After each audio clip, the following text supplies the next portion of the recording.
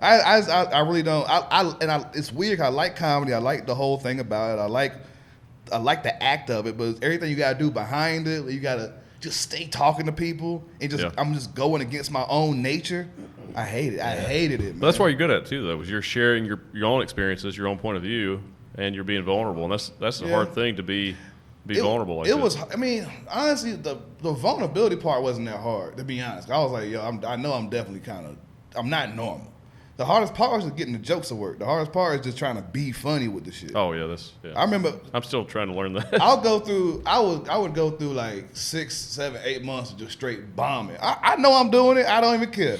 But if I was going through like really bad depression at one point, like around like 20, 23, 24, 20. You know what I'm saying? Just like around that age, it was just really bad. 'Cause I wasn't going to therapy. I wasn't on medication. Nobody in my family had said nothing about depression before. Like it felt like my world was toppling in. 'Cause I was like, man, I feel like it was just happening to me. And also I felt like, yo, my whole family is good. Why am I not good? Type shit. Right. But it just got real bad for a moment. So I was still doing comedy, and I told myself maybe I can write about depression and make it funny. And just in my dumb, young brain, I was like, maybe if I write about it and get it out my system, it'll go away. So I spent like 8 months just doing straight depression jokes. They all not hitting. People are getting depressed. People are getting. I just didn't care. I'm like, listen, I know that this is gonna be something at the end. Right. And now I got about 15 on depression that I think is pretty fucking funny. But you got to go through just that long period of just fucking up. You just got to fuck up, and just eventually you'll get it right. It might not even be in the club. You might say some shit on the car ride from the club that's funny. You're like, okay, that's it. But I mean, you just gotta really gotta put yourself out there as far as the vulnerability part that's just gonna happen because you're on stage. But the part that people don't even care about, it seems like anymore, is like being funny, making the joke work, having your punchline land. Like I don't hear that a lot. That's what when people talk about comedy. They don't talk about setups and punches. They talk about my perspective as a person of this community and as a person of color, as a person that's this, as a person that's. I'm like, this don't sound like comedy. That's all great, but you've got to make it funny. You can be that, but at the end of the day, you got to be funny. Like there's no other. We're not here. Listen, it's a beautiful thing that you're a person that's like Asian American trans person. Yeah. I don't know. I'm just off the top of my head. That's a beautiful thing. I support that. Do that. That's awesome. Right. That don't make you funny. And that doesn't mean I got to listen to you talk on a comedy show and not be funny. Like I'm not going to laugh if it's not funny. You could be that. You might not be a great comedian. You might be a great firefighter or a martial art. I don't know what you're good at. It's just not this. Yeah. But then people say, oh, because they don't think I'm funny. This is not a safe space. This is not, shit like that. You got to put in the work. You got to learn the craft. It's just about being funny. It's really just about being funny. And I know that every community isn't as good as one we had where, like, you could just get on stage easily and all this and all that. It's great here, yeah. But, I mean, I think we got it pretty good out here. Yeah. But I mean, at the end of the day, if people aren't laughing at you, you got to reconsider what. No, you're right. Well, you got to go through all that time. The 8 months you said you bombed. Yeah, that was part of. That's part. You said. Oh, I think you said you've been a comedian 7 years. Yeah, that was annually. I was bomb for 8 months every year. I was only hot for 4 months out of every year. Yeah. So and I would just book everything in 4 months. Because you're just developing that material, right? Now, but on some real shit, like if I had something I want to talk about, and I was like, I know, like. The last thing I was talking about that people were drawn back on, I've talked about suicide and genocide and death. I talked about that stuff for 20, 30 minutes. People were like, yo, you're prolific. I feel that. I'm with you. You talk about cheating or infidelity, people clam up quick as shit. That's the hardest topic I've ever talked about in my entire life.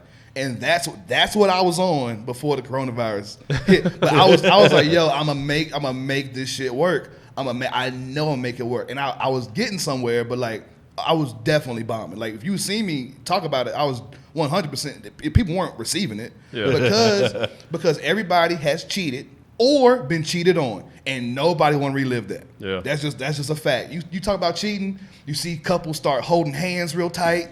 You see dudes looking at the ground. You see women giving me like I can't even do the face like the Like they're Yeah. doing Oh, yeah. like I can't even do the posture, but it's like so what are you about to say about like they ready for me to fuck up. Yeah. And I just lean into it. Yeah. I'm like, listen, he feel bad, you angry, we gotta talk about it. We gotta talk because y'all not the only ones. Yeah. Y'all not the only one. And my thing is something's happening. Why am I not talking about it? Yeah. Yeah. If something's going on, unless it's beat to death, I'm trying to talk about things that when I bring it up, people go, ugh. Real things. Yeah. If people don't go, ooh, I'm like, this shit, this is some bullshit. I don't even want to talk about it. It's not important enough. It's not important. It's not even important. It's just like, it's something that, because those topics, and I'm trying to say this, but like those topics that make you go, oof, are the topics that you think about truly the most when you're by yourself. Like if you see like police brutality, that's something you think about that makes you go, oof. So when somebody says it out loud, it's kind of like confirming your fear type shit. It's kind of like you're going like, oh snap! I thought only I had these thoughts. I thought it's something I could deal with on my own time. But now he's making us deal with it right now in front of everybody. Oh, then you get nervous for yourself and for me. Yeah. Because you're like, I hope this works out for you. But then you have to have a way to release that tension for them, like Exactly. make it funny. Yeah. Exactly. And so that Man, that's the hard part. I had a cheating joke.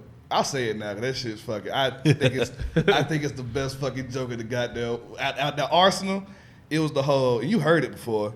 I read this article, and the writer said that cheating on your spouse is the worst thing you could do in a relationship. Like cheating on your spouse is hands down the worst thing you could do in a relationship. And I said the person that wrote this article never got punched in the face. The person that wrote this article never once got punched really hard in the eyeball. It never happened. You're right. If I came home to my girl and I was like, hey, baby, how was your day? And she goes, wop, wop. And I'm like, oh, my God. This is the second worst thing you could have done to me. That's never gonna happen. I'm like, oh my God, I wish you were fucking somebody else right now. Thank God you're not fucking somebody else. And you just abusing me. Thank God. Yeah. We can get through this. Never gonna happen. Never gonna happen. Yeah, you're right. I'd much rather you fuck two guys. Don't hit me. Yeah. Because you wanted to cheat. What the fuck? Yeah. Oh, that's funny. But I love that shit, man. That's the kind of shit I was talking about, bro. That shit, I'm like, and with that joke, it's weird. I'm trying to talk about how like cheating is bad, but also I'm talking about like domestic violence is worse. You know what I'm saying? Yeah. Like this is, I'm trying to put it into perspective for people so they wouldn't clam up the whole time. But I mean, that's neither here nor there. Yeah. But That's the shit I like talking about. Shit that makes people go, oh God, come on, you just said that. Uncomfortable Really? stuff, yeah. Uncomfortable stuff. It's uncomfortable at first though. Yeah, Like if you say the word for real, my girlfriend and her friend were like, they were talking about like that time of the month or whatever. I can't even say it. That's how I know I should be more advanced than that to be able to say period. But like you say period or abortion, I'm working on one of those right now. I go, a lot of blood. That's a lot of blood. That's a lot. I don't know where nothing is. A lot of blood. Yeah. It just make me tense up. It just make me tense up. Yeah. It was hard to watch the Jeffrey Epstein thing. It was just hard to watch. I haven't seen it yet. I heard it was. Oh my God, it's terrible. Terrible, yeah. I could watch somebody get shot. I could watch somebody get beat. I mean, it's different. I'm desensitized to different shit. But like women's issues, I don't know what to call them, but like medical issues or women's issues or like pedophilia or like rape. Yeah. I'm like, somebody should deal with that. I can deal with the cartel cutting off heads, but I can't deal with the time of the month. Like it's just I can't deal with that either. Yeah, all that stuff's terrible. Yeah. My granddad's like, why don't you want to be a doctor? I'm like, I hate blood. I was good at science. I hated blood more than any. I cut my finger. Anybody cut their finger around me, I'm done. I'm passing. I'm sweating. I cannot deal with any kind of blood whatsoever. I can watch it on TV, but like let's say he cut his finger right, like Jesse cut his finger right now and showed us, I'll be like, oh, I pass out. I fall asleep in the chair. I can't. I just cannot deal with it. I get it. It's just certain things, man. Yeah. Yeah. Well, and it's interesting too. I think some people, maybe it's me, but I feel like cheating is common in society, but in certain settings you're not allowed to talk about it. Right? Domestic violence is common in society, but in certain settings you're not allowed to talk about it, right? Yeah. And you're put in a situation where people are in the room with the people they're probably beating up or cheating on. Yeah. And that's why it's uncomfortable. They don't want to talk about it. I've done anti. You know my gun joke, right? The samurai sword gun joke. I've heard it once. Yeah, it's been a while though. It's a goofy anti-gun joke, but it's like the joke is I'm anti-gun, but I'm pro-weapon. So put all the guns up, but grab a sword or an axe or a shovel, whatever you need to fight people. That's the biggest part of the joke. I've done that joke in Virginia for farmers, whatever the fucksville. I'm trying to think. I've done it for groups of people that I'm like, I know they're not gonna be down with this, and it worked. And that's how I test myself as a comedian. Like I'm telling the joke for the opposite, like the crowd that is against this, and it's still laughing. That means it's a good joke. Though. That's all I care about. That's all I care about certain things. Like you want to maintain integrity, but like at the end of the day, I want you to be able to hear this joke and laugh because it's just that fucking funny and that well thought out and that well delivered. Like that's all I care about.